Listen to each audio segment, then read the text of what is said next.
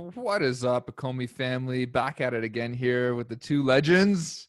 Got Dannybr and I got Sean from Comics and Crypto. Everybody's been requesting more of these videos. They're like, we just want to see you guys chill and talk about Veve, because it's rare that there's people just kind of having this free flow dialogue as you would see between friends at home or whatever. So this is a kind of a cool opportunity for us. So man, it's been a little while.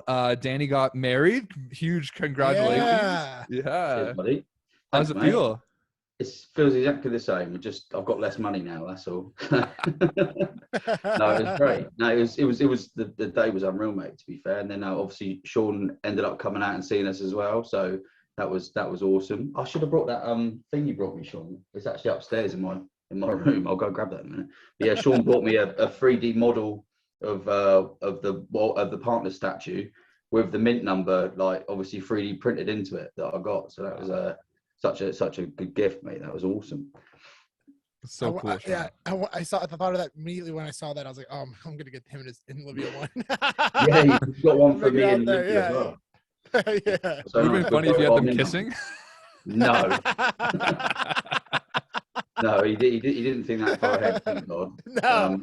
If I only thought of that before. No, yeah, but so it was funny because we obviously did like an opening of all on the day after. We had like a barbecue, and then all my family come round, and we just opened up all the gifts and stuff after that my family had brought. But obviously I didn't know which box was Sean, so I just opened it up, and like in front of like 20 of my family, I'm like pulling out a statue of like Walt Disney, and they're like, my family like, what the fuck is this?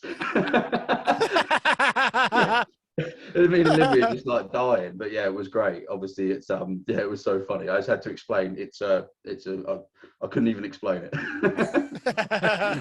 It's an NFT, anyway. And everyone's like, "What?" Yeah. So then I was like, I'm not going to go into it with these people now. People that don't know about us, I haven't got time. It's just a present. Good idea. Awesome, man. Well, that was good. Great, mate. It was a shame you couldn't make it, mate, because obviously I know you were planning on coming down as well.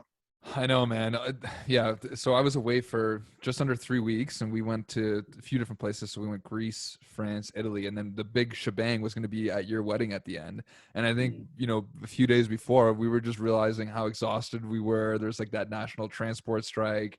There's all these things that were kind of going away. We were saying that like our family was taking care of our dog, and they're like, okay, like you need to come back because she's doing all this crazy stuff. And so we're just like, okay, you know what, let's head home. And looking back though, I regret it because I keep seeing the stories that you guys have now, and I'm like so jealous, but it is what it is, man. I mean, I'll make it up to you, you know that.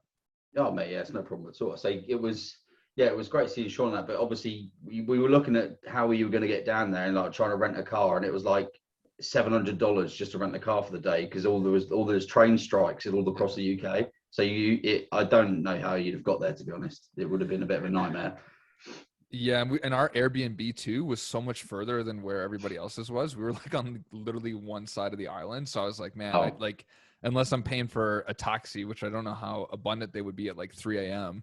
I was like, having a car would make sense. I'd be sleeping on the side of a road somewhere, Yeah. So, yeah. Well, Sean managed to walk home every day. Impressive. I don't know how I did it, but I did it. Well, yeah, it was mostly in the morning though, wasn't it? It was pretty much party on pretty much until you decided to walk home. But yeah, it's been a while since I've been up partying since 8 a.m. and that was it's a true Euro party. I was impressed, mate. To be fair, I thought, well, there's no way I'm gonna be able to keep up, but you did, so it was good. Good for you, those Cali guys, man. Yeah. Yeah. And Sean, you got a wicked giveaway that you're doing, eh, man? You want to? Talk about that? So I'm going to Comic-Con, and Elite Comics 11 is also going, and they're going to have a booth there. So it's the first year. It's their first appearance at Comic-Con with a booth. Let's go. Yes. And and we're going to do an awesome giveaway. We're going to give away a physical comic book of Amazing Spider-Man 300, which is the first full appearance of Venom. And it's a 9.2 grade, and we're also going to give that away with a Fantastic Four 1 common. It's a low mint common. It's a top 3% mint number. So awesome. We're going to give that away. The contest is worldwide, so make sure to enter. The contest is going to run Wednesday, July 20th at 9 a.m. PST until July 20th, till July 27th at 5 p.m. PST. So Yeah, make sure to enter the Gleam by clicking the Gleam link below in the details. Sweet. Awesome. Thanks, man. I appreciate that. There we go. That's what happens when you show up to an NFT Pirates interview. You get all the good stuff, man. Free you know? stuff. Yeah. And Danny, one thing I wanted to talk about too to everybody is Danny was showing me a watch. I think it was like a Black Panther design and Yeah. limited. Tell me It about was that watch, man. Yeah, so it's an AP. I literally just saw it a second ago. So it's like I was watching this video, and it's I can't remember what his name is, but it's some like it's like an Irish guy who basically just reviews like watches, celebrities' watches. I can't remember his name now, but it's showed Serena Williams' watch, which is like one of 250 pieces made by AP.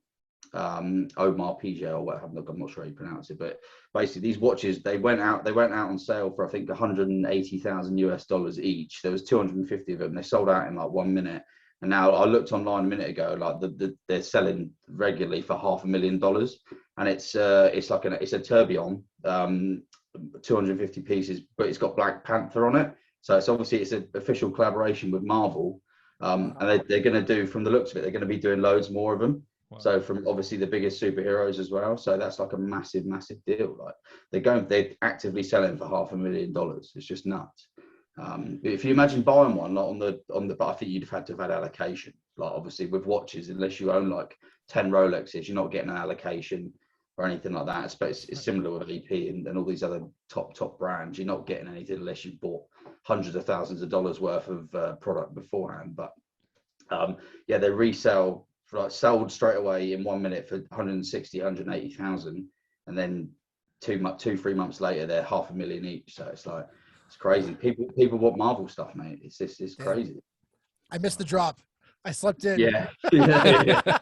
I didn't have enough gems. Yeah. But if you think about the implications of that, it's incredible because there's 250 pieces, like you said. It's like Black Panther, design kind of embedded within it. And look at the demand, and it's just because this is a physical thing that people know about. They know what a tourbillon is and how expensive that is to make. But it's like goes to show you that like slowly down the line, when we have this stuff for Marvel and there's 250 editions coming out of maybe a Black Panther X something, who knows what the price points are going to be. And I think that's why I just wanted to share that, because it's like there's money out there. You know what I mean? Like yeah. Well, for sure. You look at the secret rare of Black Panther. How many editions were there? Was it like 3,000? It was over Somewhere 2, there, yeah. But I forget exactly. Yeah, I think it was like 2,800 or something like that. Yeah, I think that's it off the top of my head. I think that's, so they're about 450 gems at the minute for the secret rare. And there's 2,800 of them. So you're looking at 10x whatever they are, and it's the first ever like rendition of that. So and it's going to be in a digital space. It seems like a bargain when you think of what people. Obviously, you've got AP tied in with that, and it's a physical thing. But when the metaverse obviously takes what we think it's going to do, then obviously there's going to be a lot more people that are going to be able to show off and do whatever they want to do with them. So it seems like a good price, cheaper than $500,000 anyway. Yeah, exactly. No, that's so cool, man. And Danny or Sean, I know you've been posting a lot of friggin' stuff on the metaverse, and Shanghai is, like you said, like investing like billions and billions of dollars. You just, you've been posting that Times article. Like, dude, you're like my #1 source now for like metaverse information. Like, so kind of maybe give us a quick like synopsis of all this stuff that's like coming down the pipeline for like, the metaverse and all that. Yeah, specifically, let's jump on Shanghai, because that really turned my head. Because when they first announced it, they were saying they're going to put about $2 billion into their metaverse. Now they're saying that they're aiming to put $52 billion by 2025. By 2025, Jeez. That's just a couple years away. Yeah. They want to be the forefront on this, and you can imagine. And then also that news literally came out at the same time as Veve announced today's drop, Hong Kong Disneyland. Like it's pretty easy to connect the dots here, guys. I mean, you can presume that Shanghai would really want Disney and Marvel and all that big IP to be part of their metaverse. So, I mean, there is when China gets involved, it's really gonna change things big time. But did China, is it China that have a massive stake in Disney? Is it China, or is it and they got like because I know they've got China or I'm not sure, I can't remember who it was, but I know they've got like a significant stake in like Disney, haven't they? They own like a massive portion of it. I'm not sure, but I wouldn't be surprised if they're significantly involved. I Yeah, mean, they literally have a Disney park in Hong Kong. yeah, But also it's really, really big there. I mean, it's massive. Yeah. Disney's yeah. huge. But the biggest thing that we need to wait for, which I'm really excited about, is localization. I know, big shout out to Taps Trades. He's made multiple videos on this, and that's what really turned my head, the significance of localization. Like when we have different languages on this app, especially Chinese, Mhm. and and Russian, it's gonna it's gonna be huge. It's gonna be huge. Man, Yeah. it's such a good point because I think people forget, like, everybody knows the States is a big country, like you guys are like 340 million, but they forget that China's like 1.3 billion, that like India is a billion, like that all these other places, and like China, obviously, in Japan, even I think Japan's like 80 something million, but they're so into that tech space, they're so into this stuff that like the moment that they get their heads and you think, oh, 4,333 partner statues, that's a lot, but when you think about the context of the world and how many like daily visitors there are and all these different things, like it's going to pop eventually. And like, I don't know, I just find it funny right now because there's always these like cycles, and there's people that are like kind of really fudding the metaverse because they're like, oh, it looks like 2D games, like I feel like we're going backwards in technology, like look how it looks like a video game, like what is this? So what would you guys say to that? Like, this is just the first iteration of it and it's getting better and better, or are we always going to be stuck in this shitty 2D space? No, well, it's obviously like the main, because we've all seen the games and stuff. Obviously, I don't know if how up to date you are of like the other side metaverse, and if you've sseen the first renditions of like the other side bit, you can see like people are excited because they're actually getting to experience that. And you can't lie, it does literally look like it looks no better than, like, I mean, GTA looks better than what they've got at the minute. Like Grand Theft Auto actually looks better.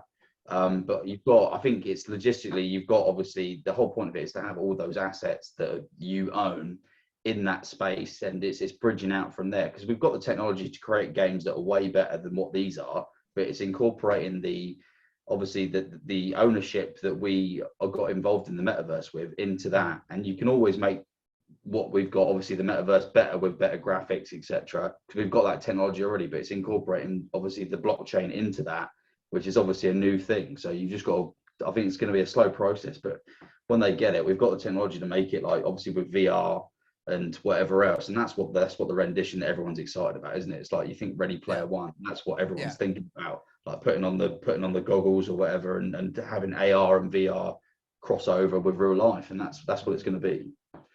Absolutely. Amazing. And I strongly encourage everybody to look up Unreal Engine 5. Yeah, Unreal Engine is this incredible system that's creating ultra realistic graphics for video games, and also just for film.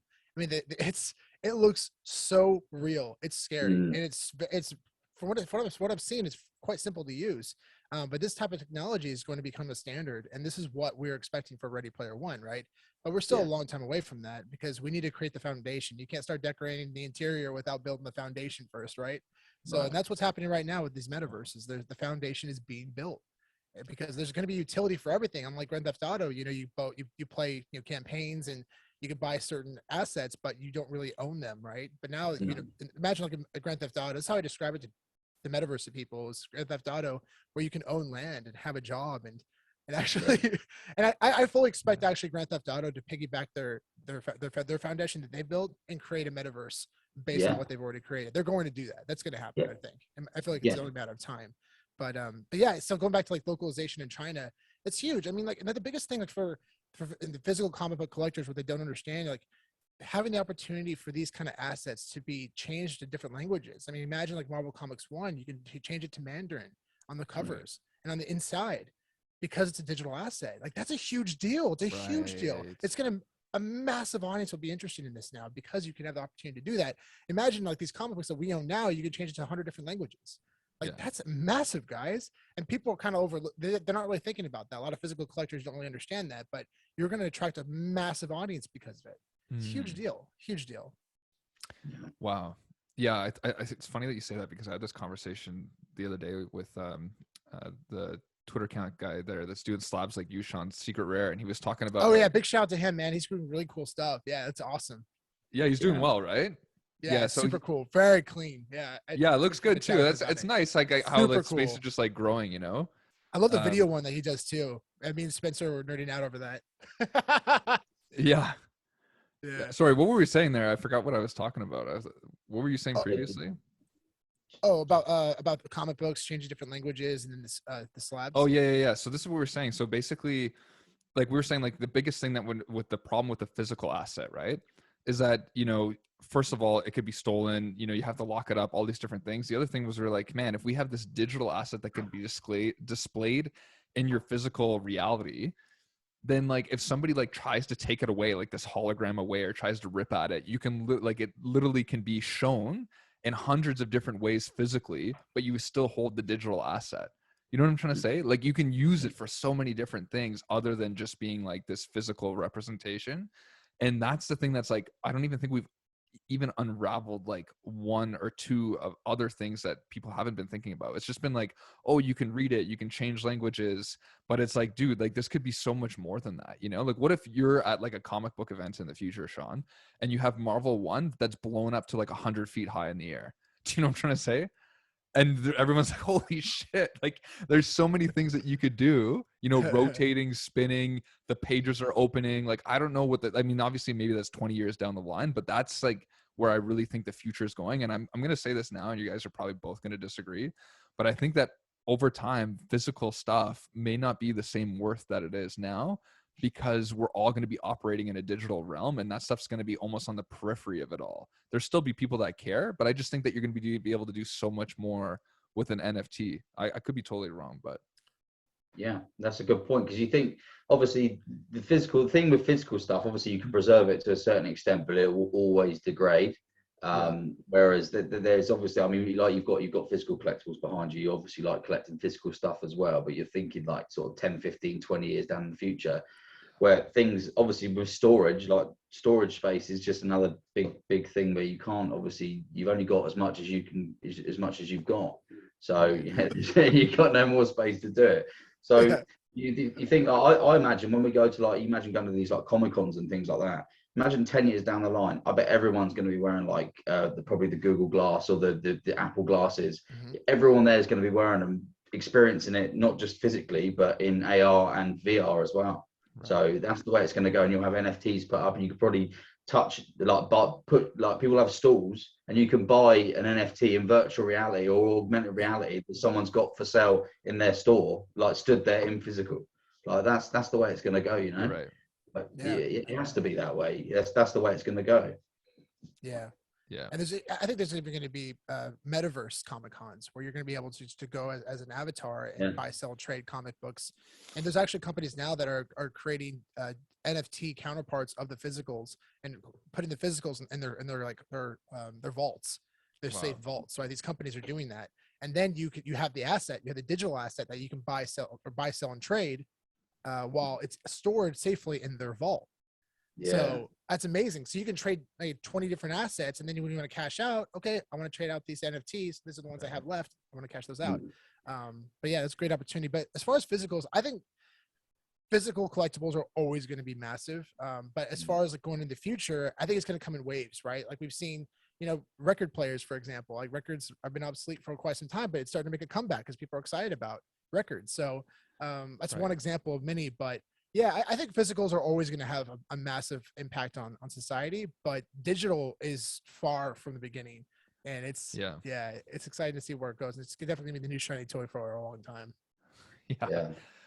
And how long would some of this stuff last? Like, for instance, like some of these comics, right, that are in like these CGC graded slabs, like, if you didn't like touch it, you preserved it well. Are we talking like it would have like a 400-year shelf life, or like is there any research on that where it would just like naturally degrade, because it is a physical asset? Like there's nothing in the world that doesn't degrade, even if they're like in the best kept condition. I mean, you know what I mean? Like other than maybe like a rock that's like billions of years old, but like there's got to be like, it changes, it morphs, like, even like these ancient mummies, they preserve them from like 10,000 years, but they're still, degrading to some aspect. So I'm like, that's one thing to me that I'm like, this blockchain stuff, like if you want to talk about a family heirloom or a timeless asset, like that's something to me that would make more sense.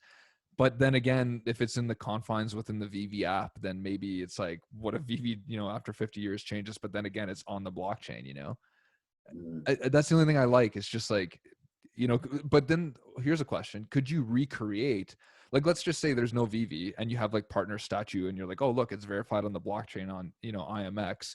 Could you take that data, so to speak, that's embedded within that token address and then be able to like recreate the asset, or is it, you know what I mean? It's just, but it's the way I look at it right now, it's just like a tag almost of an asset that's living somewhere else.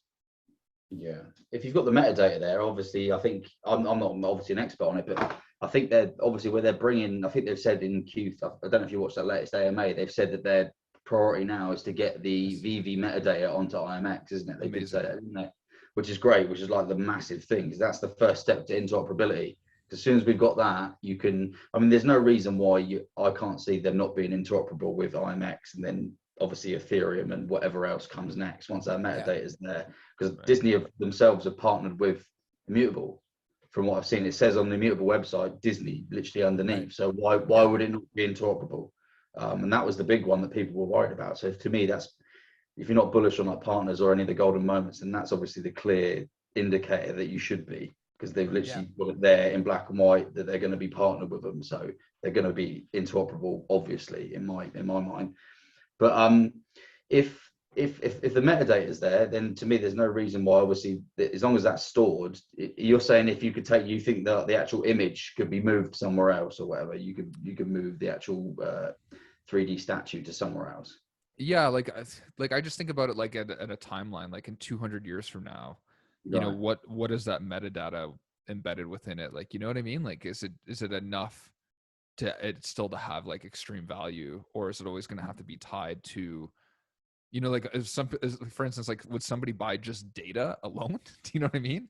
Like, oh, there's metadata first ever, and it has no associated image. It just says things, like, you know what I mean? Like it's getting interesting now. Maybe I'm getting a little too far out there, but I think you'd probably be right. Imagine like the first ever email, like if someone had like the first ever email that was sent, like imagine like someone still had that on like a USB drive somewhere. That was just like the only USB drive. Like imagine someone had that on there.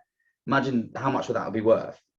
Like all it is just data on. It's just numbers, it's just things on the screen. But if you could prove that that was the first ever email, like from obviously the history and whatever, and it couldn't be changed. Obviously, it could be changed because computer data can be changed, whatever. But obviously, if it's on the blockchain, that would be worth an absolute fortune. It'd probably be priceless, because it's the start of a historic event in technology that led to the world we live in today. Right. So that could be a big thing. That's a good point. In valuing these collectibles, it all comes down to relevance and popularity. So if it's not relevant anymore or popular, then it doesn't really matter, right? But that's the thing about these comic books. They've been relevant and popular for the past 60, 70 years. Yeah. So, you know, at least like Marvel Comics 1, especially Fantastic Four #1. I mean, damn. Yeah. That got me, man. Oof. An AF-15, obviously they hinted that as well, didn't they? Man. Look at my AF-15. Like, I've got one too. Funny. In the AMA yesterday, or we were on the live Twitter space yesterday, and Alex is like, "Yeah, they love trolling people," and I'm like, "I don't know." I mean, like it said that. What I love is that he said it's not coming during Comic-Con. He like emphasizes that it's not coming during Comic-Con. It's not coming during Comic-Con. But guess what? August 1st is. It's Spider-Man Day, and guess what? Came out literally the 60th anniversary of AF-15 is in August. Wow! Like you can't. I mean, if you're ever gonna drop it, I feel like now's the time to do it. You know, it's like so. And you've got MTL and KYC that's come out just at the right time beforehand. I mean, you push KYC. Everyone, exactly. Everyone can cash out now. The opportunity to cash out the KYC by Comic-Con. You market the hell out of Comic-Con, and then you have August 1st around the corner, which is the drop. Which I think it just makes perfect sense to me. But we'll see how it plays out. Yeah. If they don't do that, they should be hiring you. Boys. They should be hiring you for marketing if they don't do that. Missed opportunity. Yeah, I agree.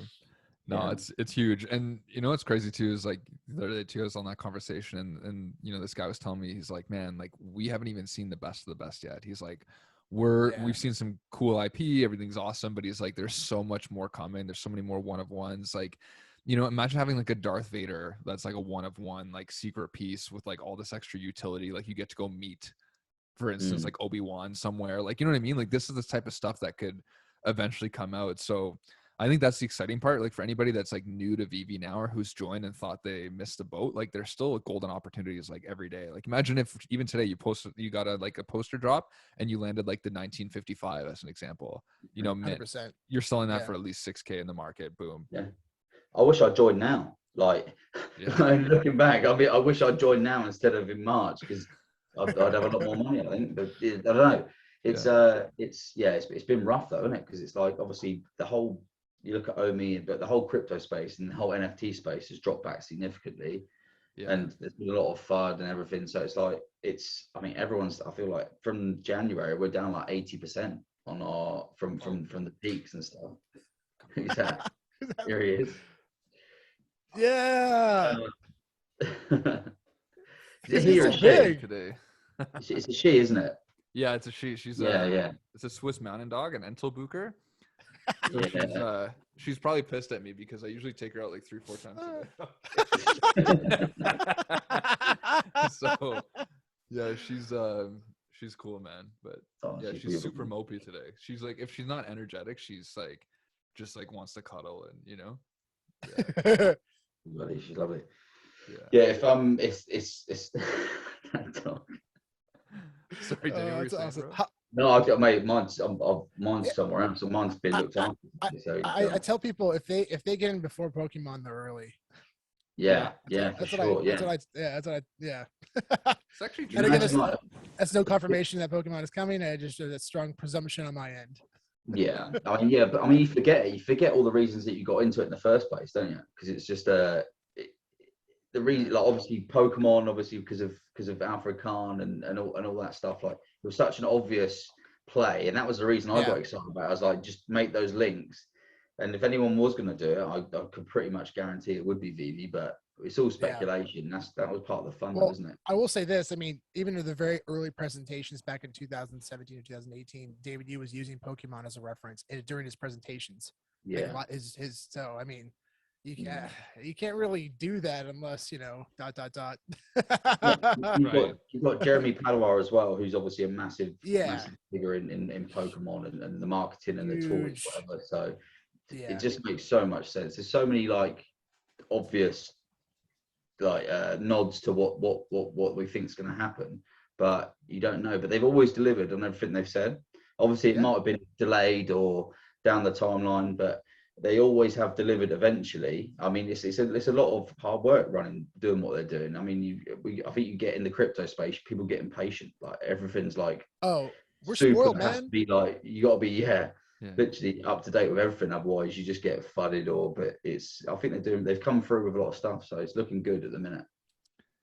Yeah, I've talked to multiple people who are heavily involved in the tech space because we're out in Silicon Valley, and people who know VV really well. And they said what they've accomplished in a year is nothing short of unbelievable. Like and people get caught up in the small details, but like in the grand scheme of things, like what they've accomplished in a year is borderline it's impossible.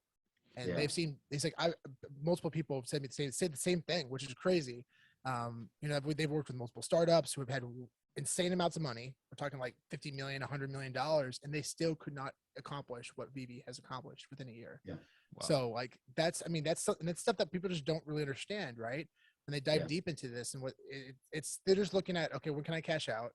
It's really what it comes down to. When can I cash out? I mean, and I know it's important. I'm not trying to overlook that, but at the same time, there are a lot of other things that you got to really pay attention to show like how amazing this company is and the people that work there. Yeah, and I think we were on a space last night with like VV Magic, and I think we brought up the same thing because we're saying like if they rushed it as well to please the community too early, then they could have lost like the integrity of what they were trying to accomplish and the integrity of their product and quality. So like they're obviously been in it, they're experienced, they're wise, they know that they had to like wait to make this all perfect and then roll it out.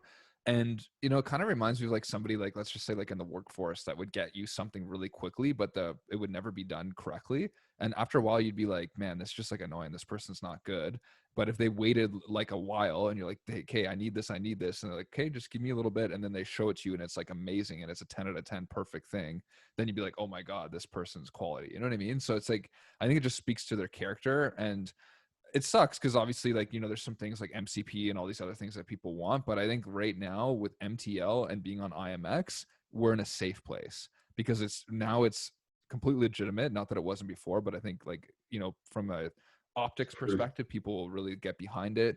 Like, it's familiar because you have literally the top IPs across the world. Everybody knows who they are, and it's completely like reliable. Like, these are, you know, things that have been in the works now for over a year. There's a good you know, people behind this company that are supporting it. So it's like, it just all makes sense. And I think the only reason it hasn't popped is just because all the crypto people are on OpenSea, and they're all like the data people, the coders, etc. They're all there.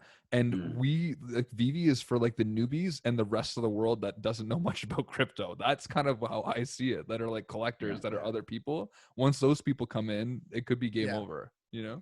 Not being able to buy crypto right now is also a big deal. I think that's more, I mean, that's more important than actually cashing out. If people have the opportunity to buy crypto, because I know a lot of people, not a lot, but a few people specifically that have a ton of ETH, and they're like, just let me know when I can buy with ETH. Like, I don't really, I'm not trying to use my credit card and get 600 gems at a time, dude. Just let me know when I can. It's super limited. It's super limited. But also, licensed digital collectibles are also new.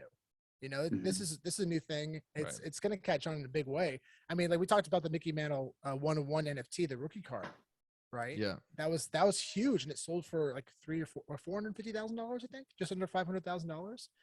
And I mean, there's a 10 grade out of that would probably sell for, man, probably over $10 million easily. Same. So yeah, he could have bought a Black Panther AP for you look at the crypto, obviously not being able to buy a crypto, that's like another thing. That was the catalyst that I think that a lot of people were looking for, like waiting for, to cash out as well. Because you look at like what made the most sense to me is the people with the most liquidity in crypto are obviously those initial guys with ETH. Like ETH is like the main, obviously, backing crypto to NFTs. Obviously, like it's been known, IMX you can buy with ETH. And obviously, once that liquidity comes in, a lot of people haven't been able to onboard more than 600 or 500 gems at a time. Even now, I don't think you can buy more than 500 a week at the minute on the web app. So there's not a lot of liquidity coming into the space. It's just been moved. What you think? It's just been moved around. Oh, there's the best. There's the best boy. Yeah. Oh, what a buddy. Who's that? Oh, there he is. There we go, good boy. Right, go on. Oh, he's such a good dog. Yeah, he's so cute. You got some cute pictures with him, didn't you? Yeah. That's cute. Okay. You take Reggie upstairs. Bye, Reggie. Sorry, Liv just got back from work. Hi, Lydia. Sorry about that. She's gone, mate. I'll let her know you said hello. Okay. What was the did you pause that back then? Sorry about that. Yeah, no, well, that's fine. We'll just cut it out after. I think Sean's gonna start with the Putin Cheeks tweet again, and then we'll go from there. Yeah. Cool. Go for it. So recently, Putin Cheeks just tweeted out that there has been the most money has been put into Veve in one day since May, and I think it was around $850,000, and that was like a day or two ago. Yeah. Jeez. So that's great, right? I mean, we people have been talking about how there's going to be probably a big dip with when people have the option to cash out. Yeah. But I mean, I'm not really seeing it. I feel like more money is probably going to come in because a lot of people have been waiting to come in because you can't cash out. Right. Yeah. I felt like it was priced in anyway. Like even like a couple months ago, I felt like it was like it's been priced in for a long time. Like the people that were smart were selling 3-4 months ago and just holding gems. Like, cause they're like, I thought about it so many times as, you know, you just don't know.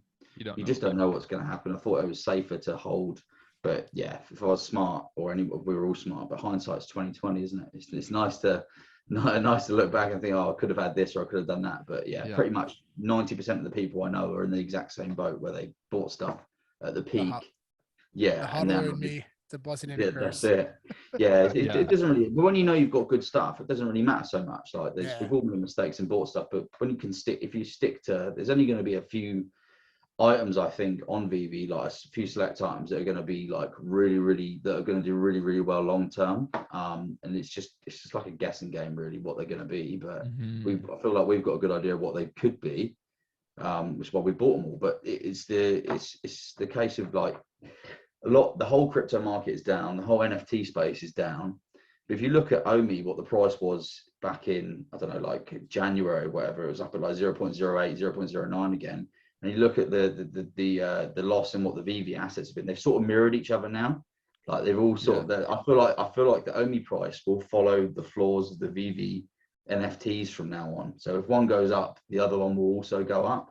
So I feel like they're going to mirror each other, and I can't see. I feel like we've bottomed out a little bit now. I can't see it unless there's like a massive drastic event with Bitcoin and in the world global markets. Then obviously you could see anything, and it's just be a case of just holding on.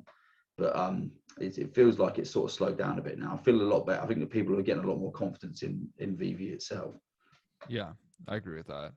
And like you said, it's growing, it's stable, it's, you know, it's going through the cycles, like, and man, like with Bitcoin too, like a lot of people are saying like, oh my God, Bitcoin's, you know, went under $20,000 again. And it's like, yeah, but if you look at like the cycle before this, it was like, I think under $3,000 or something like that. So it's like the fact that it's 5X from the last cycle, like just goes to show you where, you know, it could be in the next one. Right. And I think now we're seeing crypto kind of like alongside the stock market, like it's a lot more stable. It's not because there's so much more people that are involved and it's more diversified. So it's like, I think it's like we're really kind of seeing this transition to this new world now. It's becoming more real, you know. It feels good.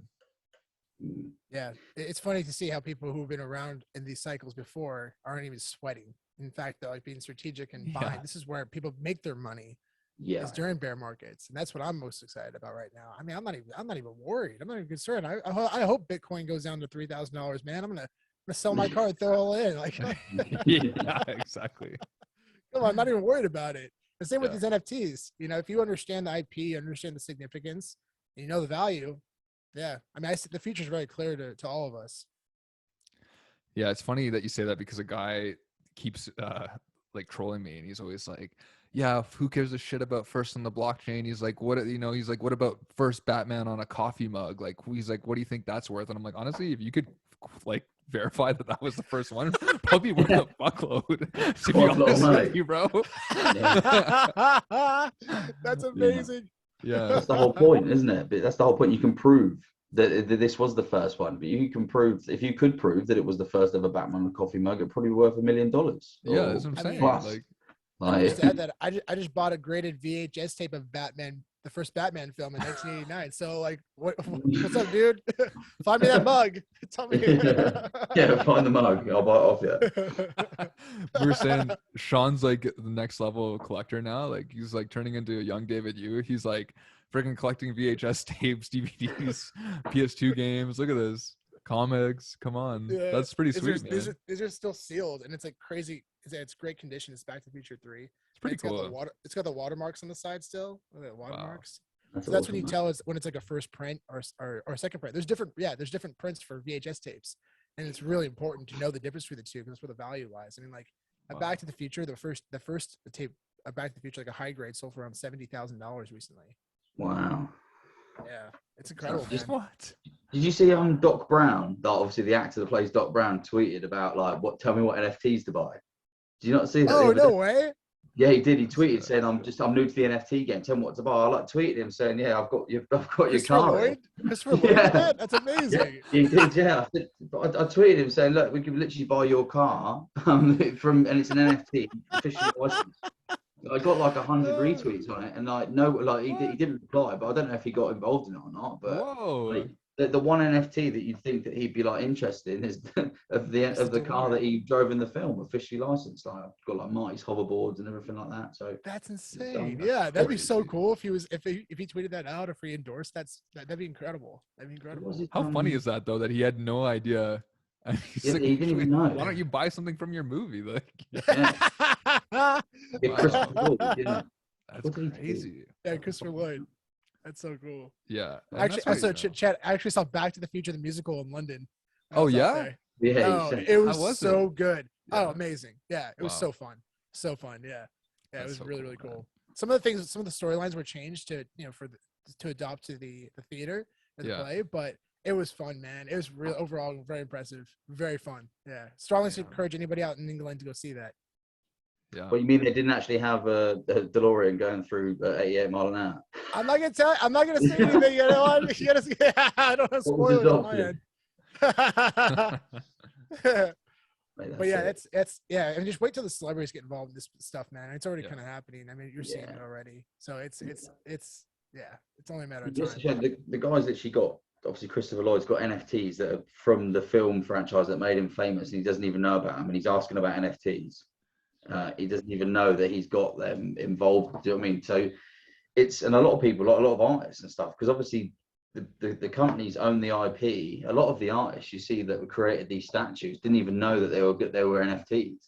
Yeah, I mean, like I met the creator of the Batman statue at a Comic-Con event, and he actually didn't even know, and he actually, when he found out, he contacted DC and they didn't respond, which is really messed up. Yeah. And then Donny Cates as well.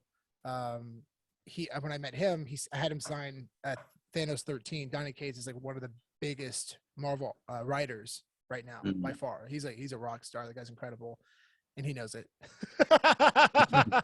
But when he signed the NFT, is like, what, you want to sign your iPad? And he's like, I don't even know what an NFT is, man. Like, what is this? And at the end, he's like, yeah, I'm probably not going to see a cent of that. But now flip that over to Rob Liefeld, who I also met. He signed, he's a creator of Deadpool, and he signed the comic. And he said that actually, he confirmed that he actually gets a commission from every sale on Veve. So he knows all about it. Yeah. So that was nice, man. It's nice to hear that, because like for me, that breaks my heart when I hear that artists aren't getting any commission sales, because they've been screwed over big time. And I met Chris Claremont, who's one of the biggest writers in Marvel history by far. He's created majority of the X-Men, and I could feel the resentment in his voice, you know, that he's been screwed over. And like, the way I kind of look at it is, you know, he made all these incredible babies, and now he lost his rights to see the kids. Like he can't see the kids anymore. So crazy. He has no, yeah. So you do sympathize with it, because it's your body of work, and it's been, because you've sold, obviously once they bought that drawing off you, they must obviously sign something that says we own this now. You've got paid for your work that you've done. I mean, obviously I don't know it depends on their contract or whatever, but I feel like there should be some sort of, at least notified. Like I remember even with the Black and White series, right? You remember that? I forget which one it was, like Kenneth Rocafort Batman or something, but one of the like guys tweeted out basically saying, I've been in all these tags today, people thanking me for like this NFT, and he's like, I've never even heard about this. And so like you're right. Kenneth is such a cool guy. He's such a cool guy, and if he's listening to this, I really hope to get him on the podcast soon. But he's such a good guy, and I really want to like to talk about that, because these artists deserve to get commission sales. I mean, like this is Marvel and DC's chance to make amends to the BS from the past. It's killing me. It's killing me to see this, you know. And I mean, like Jose Delbo, the company that Spencer works with. Big shout out to Paul NFT. They work with Jose Delbo, who's one of the biggest DC artists of all time. And you know, he worked with DC and Marvel for 50 years, or I think over 50 years. And when the pandemic hit, he's in his late 80s now.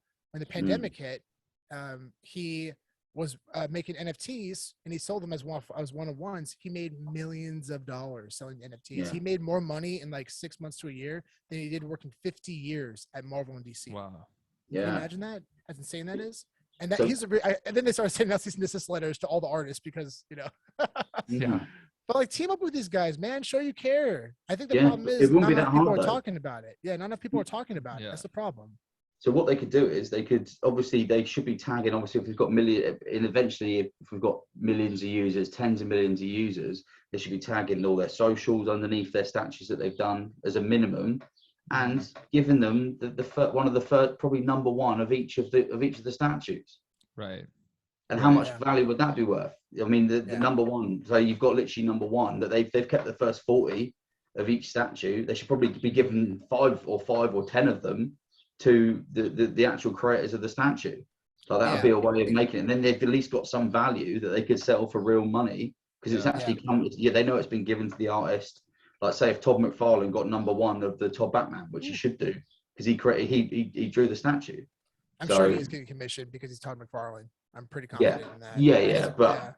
But he didn't know. Did he know that was he? Because I feel like he hasn't actually spoke about it. But the more you get them on board, the more they're going to promote the product. He did his own NFTs after that as well, because the whole Black and White series, I think, is backed by McFarlane Toys. So it's Right. they're definitely the companies involved. But to your Right. point, Danny, you're spot on, because when I first talked to Rob Liefeld, I thought, okay, well, if they created the actual art, the characters, then Yeah. they're getting some back end on that, right? Yeah. That's not the case, because No. Thanos, there's 13. There's the first appearance of the Cosmic Ghost Rider. Donny Cates created that character. He got nothing from that. But then I met Jerry Conway, who created Killer Croc, and he didn't even know this NFT existed. Yeah. He didn't even know this was around.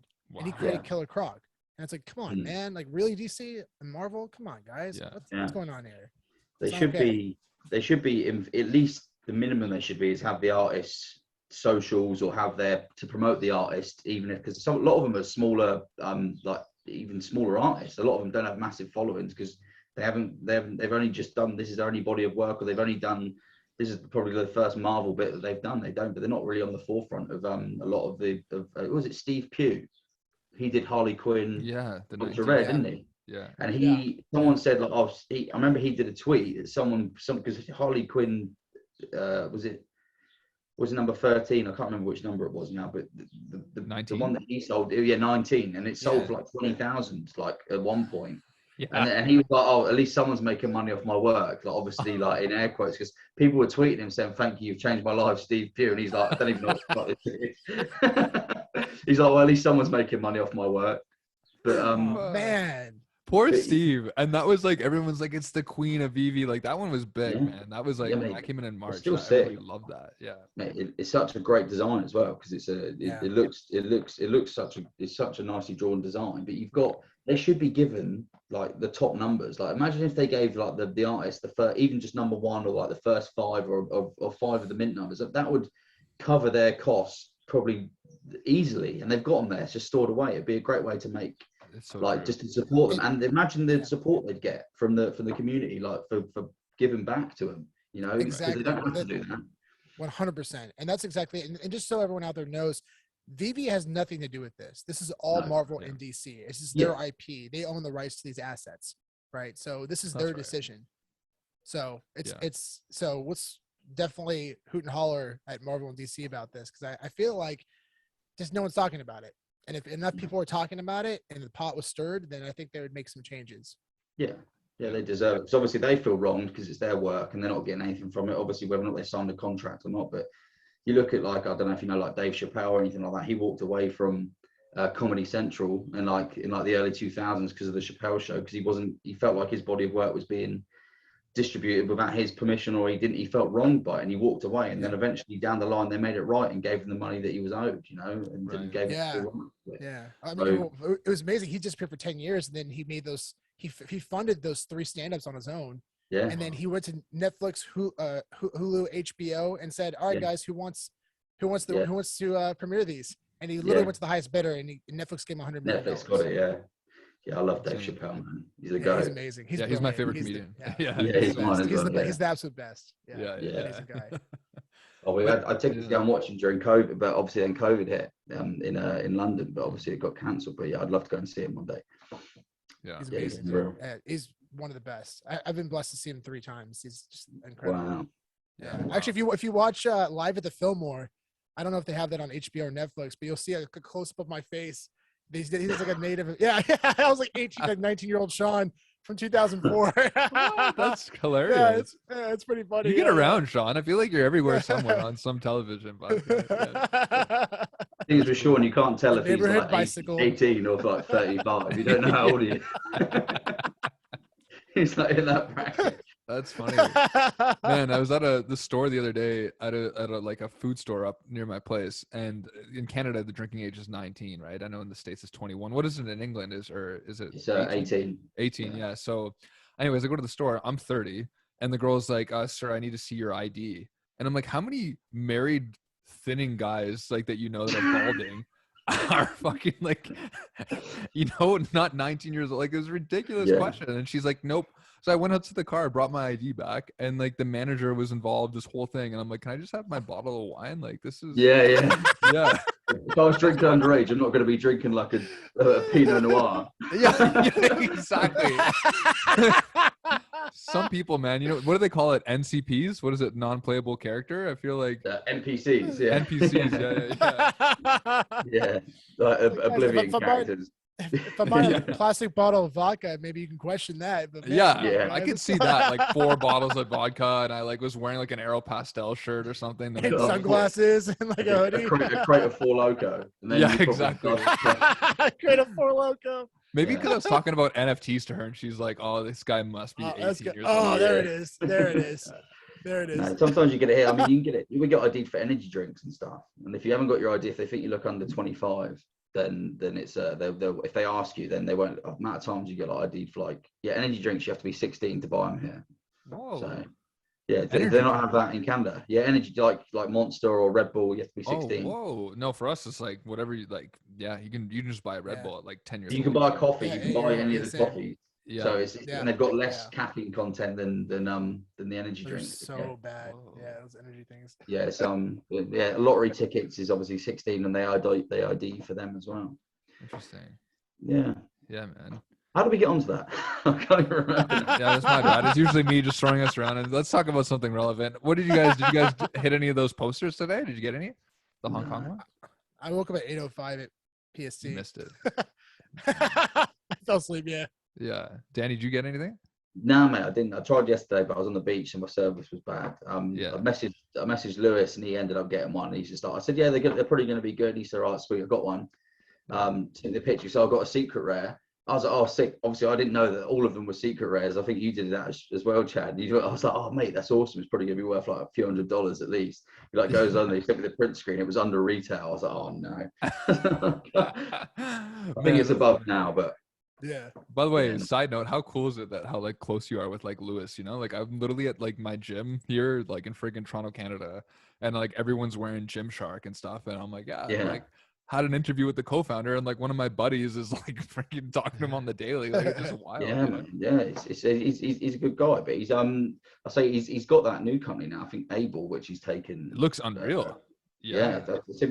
Everyone at our gym now, like on the Isle of where I live, on the Isle of Wight, all the girls wear it and stuff. So he knows what he's doing. He's super clued He's up. But he's a really cool guy. Yeah, smart dude.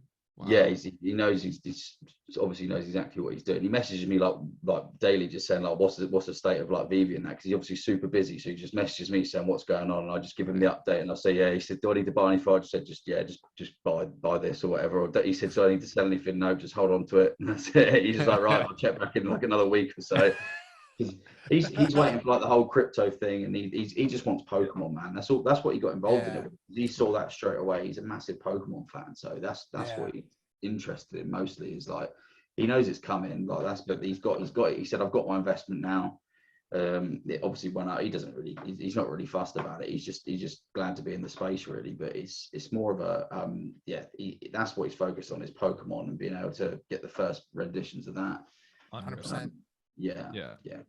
It's actually crazy to think how big the shockwave is going to be if Veve does get Pokemon. Like, I don't think there's going to be a soul in the world that doesn't want to take part in some way. Like, you know what I mean? Like, it's just going to be too big. Like, it's going to be scary to think about it, because I feel like the edition size are going to have to be like 340,000 for Pikachu common, 320,000 for the uncommon. Like, I feel like, I mean, I'm exaggerating, but I feel like it's going to be a huge. I wouldn't be surprised to see 100,000 editions of like a Pikachu common. I wouldn't be surprised at all. Yeah, because they've got to keep obviously some sort of limited edition to keep them valuable. And but imagine the gamification like capabilities of what could come if they brought that into there, because they've got the games set out already. Like you could imagine like a metaverse where you're playing like a Pokemon game, and like you're in that world with like going out and catching like NFTs and stuff, like or battling people for NFTs. And do you know what I mean? There's so many different things they could do, but it's like the possibilities are so endless. You can imagine like the money. People say like, oh, people sell off and stuff when Pokemon comes just to get more gems, but I think people will just be the amount of money that be pumping into the platform then. It will counterbalance that sort of tenfold, because there'll be so much money coming in. There'll be people think, well, I haven't got that Pokemon, I'll go and buy a Walt Disney while I'm here. Right. You know? So once that money comes in, you see, because that's the main catalyst, is the money flowing into the app. because we saw like, because you can see how much money's going in. Literally, it wasn't leaving the space, so it's just being recycled all the time. Yeah. So there was, once that new money comes in, that's when the prices fly. And if you can buy with crypto and you've got catalysts like Pokemon and stuff, that's when it's all going to move. Yeah. I could see a Charizard, like let's say there's like 1,000 editions of a Charizard or even a Pikachu, easily 250K, and then probably $1 million at some point. Like, the low mid numbers especially. Yeah. And even aside from what you brought up about the metaverse, like having been able to capture Pokemon in the metaverse, I can see that happening in the real world too. You know, Disney actually in their accelerator program, I think they highlighted a company that focuses on geolocation. So very much like what Pokemon Go does right now. Wow. And it's already a thing, right? So being able to capture these assets, these NFT assets, and you can train them and you can battle them in AR. There's going to be a time in the near future where you're going to be able to battle your Pokemon in AR. It's going to happen. It's only a matter of when, not if. And it's going to be insane, guys. Like insane. When Apple comes out with the AR glasses, I can see that happening for sure. Like I will bet my entire collection on it. Like, I'll just bet against it just to have the chance of getting your entire collection. Very small, though. I recommend very small. Yeah, right. Yeah. just bet an Electro. That's it. Yeah. Yeah, it's gonna be crazy. That's when people are gonna be like, "Oh, okay, now I'm starting to understand NFTs." Like, because seeing is believing. Exactly, that's right. And you've got like, I mean, people put value on like their old Pokemon games and stuff. Like you train like, I don't know, obviously you guys were big into Pokemon as well, but you had like the Pokemon games where you had like the red and blue and stuff. But people like what they've done with those games, you could transfer even your original Gen 1 Pokemon through all of the games to the newer games. People have got like Pokemon on the newer games that are like 20 years old from their original games. Right. They've got actual attachments to them, so that's like a real thing to them.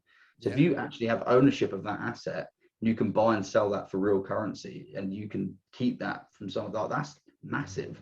Like that's when people are going to understand, when they can say, well, I actually own this Pokemon. I can keep it off chain, stored on a wallet, and I can sell it later on. You know, you can have special EVs that are desirable and you can battle them. And it's just like the NFT games at the minute are crap. You know, they're just not, they're not there, but it's the building blocks around it that the people are getting used to. It's going to be a rocky road, but I think once they get it, like you can just imagine GTA or Pokemon with the official NFT assets that they've licensed. Then that's the future, you know, and it's going to be like the fun games that you've got, but you've got the ownership of those assets. And that's where it's going to go. That's where it's all going to pay off, you know. And you know what's crazy too? Like aside from the mint numbers, which are driving the value right now, aside from the mint numbers with these Pokemon characters, you can train them and they can grow over time. Which imagine these. So guess what? Like these thousands of transactions, tens of thousands, potentially even hundreds of thousands of transactions happening every day. Guess what's fueling that ecosystem? Right. Right.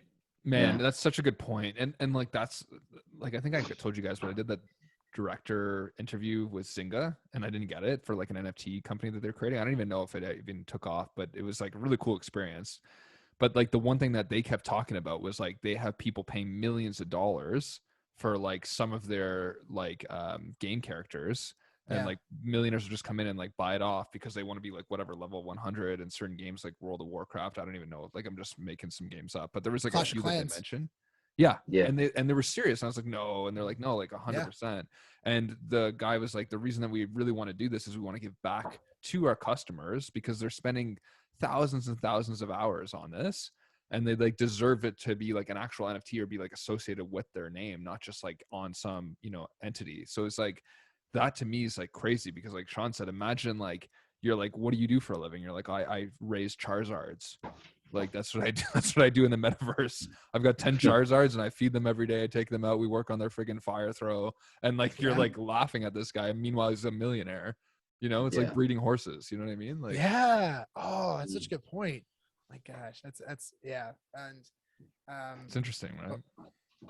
Pokemon all have different IVs and EVs as well, so you've got like all different like numbers and stuff that could be potentially trained separately, and that's tied to an NFT. If you get a good roll with like a Pokemon that's good IVs, like people spend hours and stuff searching for the right IVs because they're better in battle or they've got different things. So, and it could be like the roll of a dice, like a blind box. You might get a good IV Pokemon, you might get a low mint number. So there's so many different variables, and like there's so many different things that they can do with it that they've already tried and tested. They know what people like. So it's just a case of whoever implements it first is gets the golden ticket, you know. And we think Vive's got it, so we're betting. So sick. The kind of money that people are spending for the play to earn or pay to play system, like you mentioned, pay to play. It blew my mind because I have a lot of friends that are really into Clash of Clans, and they were putting, you know, a few $100s, hundreds of dollars into the app themselves. Yeah. And then you have people who are putting tens of thousands. They're telling people we're putting hundreds of thousands of dollars. And There's people like there's no ROI at all. It's literally just a flex, Yeah. You can possibly sell your account at the end, but at the end they don't care about that because they can spend the money. They have the money to do it. They don't care. But you have the opportunity now to play to earn. You play to earn. You have assets that you can buy, sell, and trade, and it's also a flex. Right. I mean, when it's actually an investment now, you can imagine the kind of money that would come into this space. Yeah, for sure. Yeah. It's so early as well, you know, and you think you forget because we've been in the space for like a year and a half now, and you look back obviously on the timelines, and it's like obviously these promises or these what we had in our mind was going to be the timeline and how long it was going to take. It's taken longer, so it's like easy to forget how early we are in this space. We're probably too early, you know. I agree with you. Yeah, probably too early for it to even be realized. Yeah, that so now it's obviously, if you came into it now, I feel like now is like the best time to buy. Like if I had more money, I would be buying more now. I buy as much as I can every month or every week, and then that's me. Like I still feel confident putting my money into this space, but I wish I had the capital I had when I first invested, and then I'll be way better off now. But you live and you learn, you know. But I think anyone investing in this space now won't go far wrong, in my opinion. Definitely not. And you notice too, like when the last cycle happened in February, like it was such a good glimpse of like where the money got directed. Like you saw some of the grails go up to like crazy prices, and like, you know, so it's like you imagine the amount of volume coming in again, like where would you put your mind? Like I remember even the black and white series took off for a little bit there, like people were like interested in that. But now I'm like thinking like, you know, what would Vader be in the next cycle? Would it hit 15K? Would it be 20K if Todd hit 14K? Like, you know what I mean? It's like, these are the types of things that you can like look back, and there's so many charts and things that you can look at to be like, okay, what was the high? How much did it recede? Okay, man, this is actually potentially could have a huge run up, and it's whatever. It's like 1/10 of the price it was at one point, you know, like these are the kind of moves people can make. Like the data is there.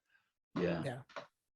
Imagine spending like 10K on like, or like if you had like, you could buy 10 ultra rare Vaders right now at 20,000 gems, or one ultra Vader. And if it goes back up to all-time high, I think it will mirror Todd, if not overtake it eventually, because there's less additions, you know. And I feel like I've got Todd, and I think so. If either people will adapt to Todd and say it's the first ever Batman on the blockchain, or they won't, you know, and they'll say there'll be a reason for it or whatever. But I think Ultra Rare Vader's got 5,977 editions. Right. And I feel like that's going to be like a big one. Like you could put 10 grand into it or 20 grand into it now, and in 2 years time, it could be worth 100 or 200 grand.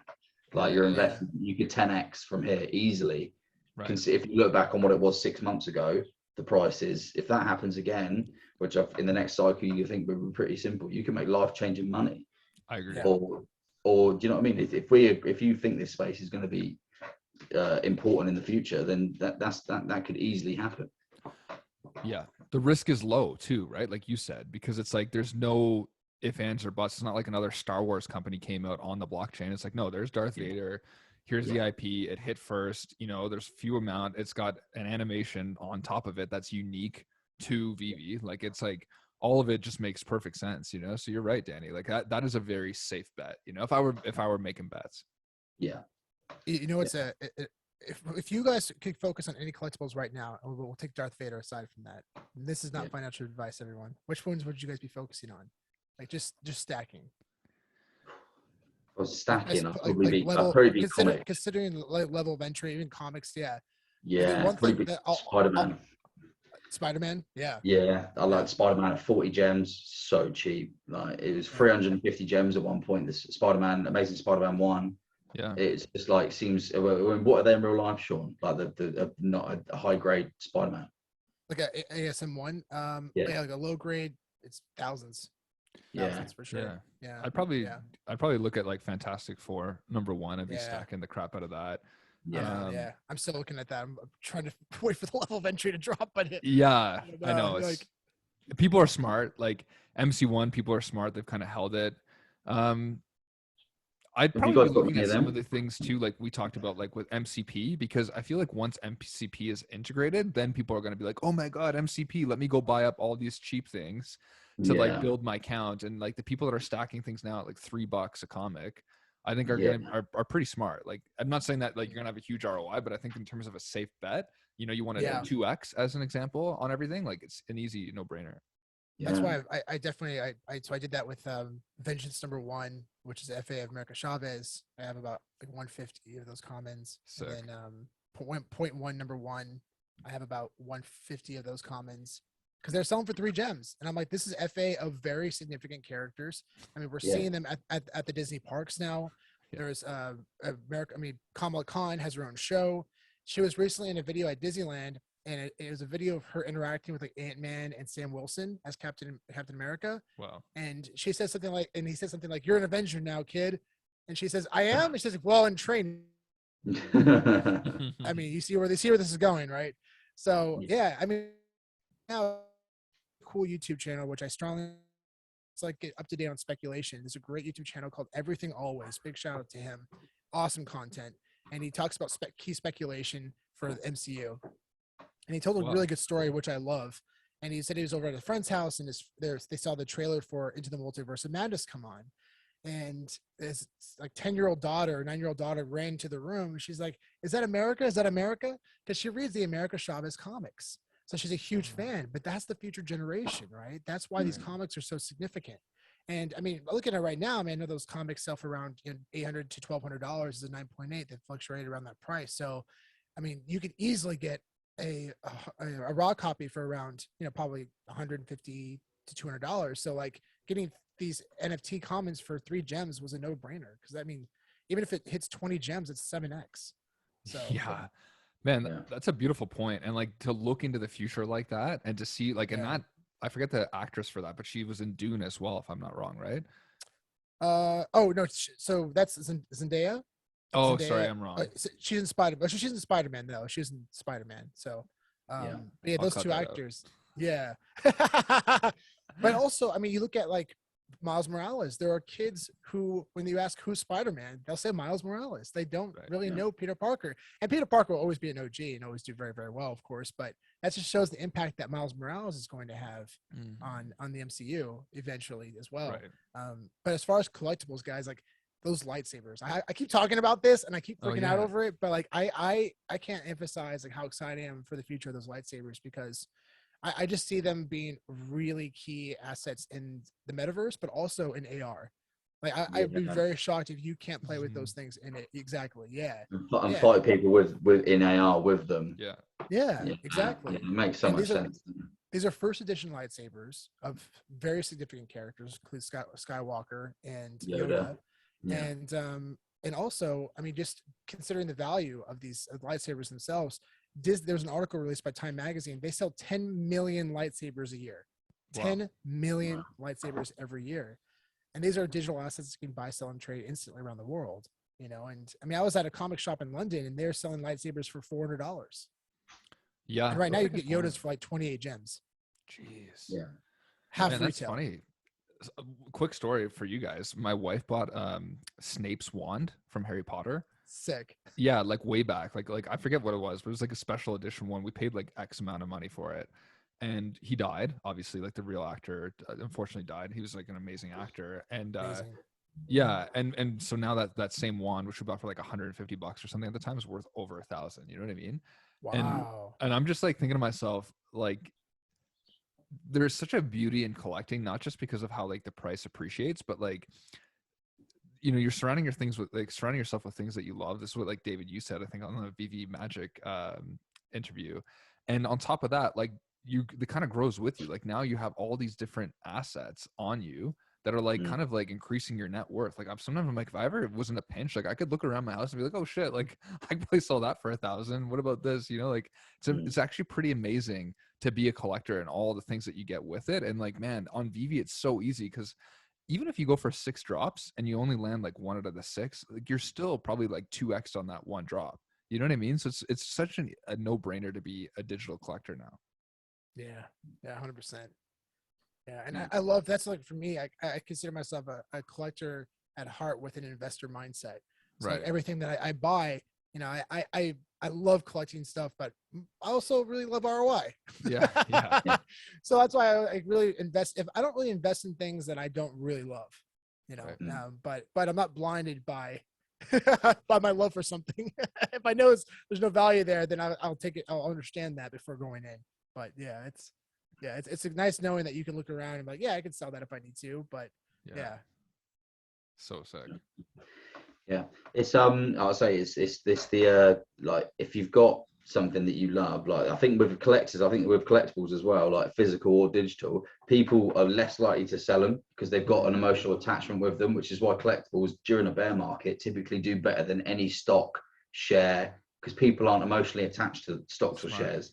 Exactly. So that's why if you look on like I mean, collectibles obviously becoming like a massive like commodity or asset, then people become physically or emotionally attached to these things. They become a part of them. So they're a lot less likely to sell them in a bear market. They'll just keep on them because they enjoy them.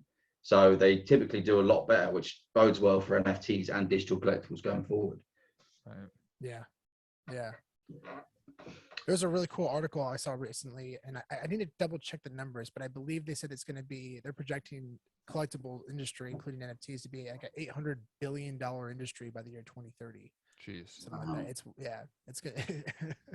NFTs are going to expedite that, man. It's crazy. It's such an interesting point you make because like I think even in the future, like I know this is going to be a bit out there and I do apologize, but like for instance, like right now, like you guys talked about, we have coins, we have stocks, but in the future, like why wouldn't you have stocks, for instance, that are more personable as an example? So like when you have like an NFT, like you guys said, there's an emotional attachment, you can actually do things with it. Like I feel like the future of currency is going to be a lot more colorful than it is now. Not just being this like boring thing that you use just as an exchange, but something that like almost maybe represents you or has something attached to you. Like I don't know where that's going to end up, but like I really do feel like NFTs is going to expand beyond the scope that we currently think that they're held inside, and I think it's going to be more of like you might be able to pay for things in NFTs as an example in the future, you know? Yeah. Fractionalize them and stuff. You could use them as, I mean, people, if they felt, they've always spoke about like fractionalizing NFTs. You could fractionalize ownership, like you said earlier, Sean. I think you mentioned like that liquid marketplace that Logan Paul had brought in. He fractionalized real life physicals and torn them down into NFTs. Obviously, I'm not sure I've heard mixed things about that. A lot of the legality of using someone else's IP. And I don't bet because you've got the physical, you own that physical asset. So really, you're using their IP. You're just splitting down the physical asset into chunks. So I'm sure he's probably worked it out. It must be legal. It must be. Like, otherwise, he must have spoke to someone. Otherwise, it's. I'm sure he wouldn't have invested so much money into it. Well, there's definitely DeFi companies that are taking loans from, you know, if you own like a Bored Ape, proven assets like Bored Ape or CryptoPunks. I think CloneX probably going to be on the list in the near future. But like proven backed assets like that, people will take loans from that because they, you know, it's a proven asset now at this point. But it's wild. Time will tell. Yeah, I saw that with Bored Apes. Like some guy like basically took out a loan from like a DeFi thing that he had. Like he had like currency staked, and then he like went and bought a bunch of Bored Apes. And then waited till he got airdropped the money, sold everything, and then just paid back the loan. He made like all his money, you know? Yeah. People are smart, but they're fucking risky. Right. Like that's the one thing that I always think about. Like, man, I would never take a risk like that. You know, especially with the news of Bored Apes, man, with all this stuff going around right now with Bored Apes. And it's like, man, it's scary. Like when you know, even if Bored Apes a proven asset backed by a lot of celebrities, you just don't really know the full story sometimes. Yeah. And that's why for me, I always like to stick to the safe investments like Disney and Marvel. Like I sleep way better at night knowing I have Walt in my vault than I do a Bored Ape, to be honest. Like, no, I hear you, man. Yo, so boys, I've gotta take off. I gotta take the little one out here. She's she looks like she's about to kill herself, and that's not a good thing. Well, I feel bad, so I'm gonna take her on a big walk and get her mind going. But it's been a pleasure, man. Thanks for coming on. It's so cool that you got married, Danny. So congrats to you, and Sean. Thanks for going. And man, I'm still pissed that I didn't make it, but hey, bro, we'll do something. We'll catch up on the next one, mate. Yeah. Absolutely, guys. And remember, guys, make sure to click the link in the details below for the Gleam link for the contest. It's starting now, and it's going to end on the 27th at 5 p.m. PST, which is a Wednesday. So, yeah, good luck to everybody, and I hope you win that comic. Awesome. Yeah. Good luck, Comics. guys. Take care. Cheers, guys.